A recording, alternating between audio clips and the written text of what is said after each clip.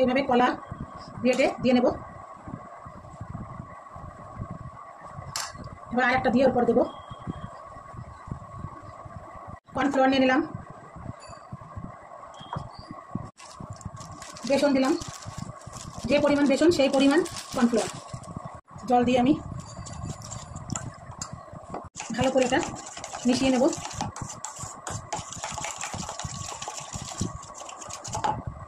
গ্যাসটা অন করলাম, একটা কড়াই নিয়ে নিলাম, আমি অলিভ অয়েল তেল নিলাম। আমি কর্নফ্লাওয়ার আর বেসন দিয়ে যেটা মাখিয়েছিলাম সেটার মধ্যে আমি এটা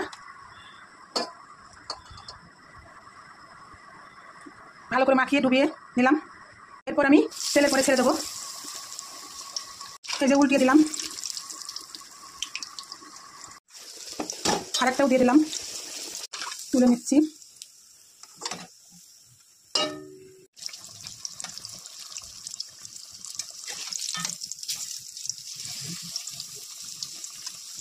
আরেকটা ছেড়ে দিচ্ছি।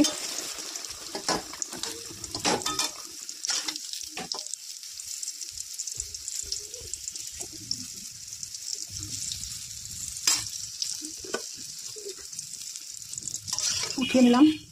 আপনারা এইভাবে সকালে তাড়াতাড়ি করে এটাই টিফিন করতে পারেন। আপনারা চাইলে এর মধ্যে ডিমও দিতে পারেন ভেঙে, বেসনের মধ্যে আর কর্নফ্লাওয়ারের মধ্যে। আমি দিইনি, এটা নিরামিষ, আলাদা যারা নিরামিষ ভোজি তারা এভাবে খেতে পারেন। আমি তো বাইরে টমেটো কেচাপ নিচ্ছি, এটা হয়তো পেঁয়াজ থাকতে পারে, রসুন থাকতে পারে, বাইরেরগুলো তো কোনো কিছু বলা যায় না। আপনারা নিজে বাড়ি তৈরি করে নেবেন। এটা আমি এটা দিয়ে নিলাম কেচাপটা। এটা পুরো যারা নিরামিষ ভোজি তাদের জন্য ঠিক আছে টিফিনটা। আপনারা চাইলে যারা নিরামিষ ভোজি নয় তারা অন্যভাবেও এখানে পেঁয়াজ দিয়ে খেতে পারেন। আমার এই ব্রেড পকোড়া বানানা দিয়ে কেমন লাগলো অবশ্যই আপনারা ট্রাই করবেন এবং আমার চ্যানেলটিকে সাবস্ক্রাইব করবেন। আমার চ্যানেলের নাম হাই চন্দন ইউটিউব চ্যানেল। সবাই ভালো থাকবেন, ধন্যবাদ। আর লাইক কমেন্ট শেয়ার জলদি জলদি। আমি তো একটা ভাঙছি, এই যে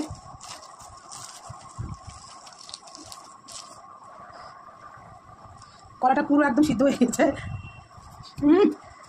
জলদি হয়েও যাবে টিফিনের জন্য, ভালো বাচ্চাদের মায়েরা দিবে খুশি মনে খেয়ে নেবে সব চেটে ফুটে।